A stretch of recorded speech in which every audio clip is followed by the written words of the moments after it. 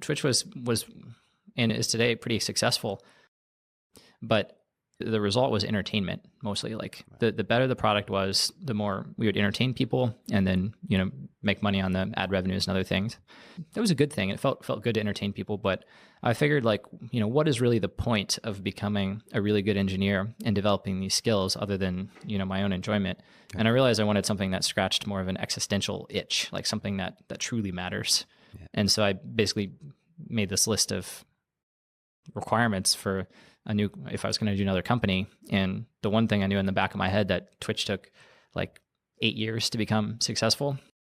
And so whatever I do, I better be willing to commit, at least 10 years to something. And when you think about things from that perspective, you certainly, I think, raise the bar on what you choose to work on.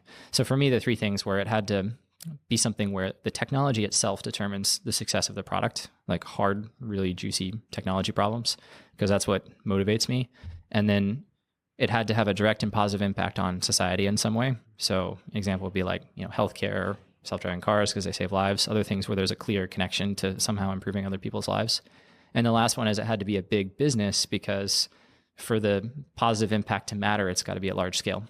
Yeah. And I was thinking about that for a while, and I tried writing a Gmail clone and looked at some other ideas.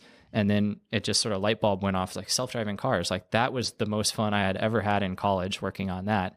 And like, well, what's the state of the technology? It's been 10 years. Maybe times have changed, and maybe now is the time to make this work. And I poked around and looked at the only other thing out there really at the time was the Google self-driving car project. And I thought, surely there's a way to, have an entrepreneur mindset and sort of solve the minimum viable product here.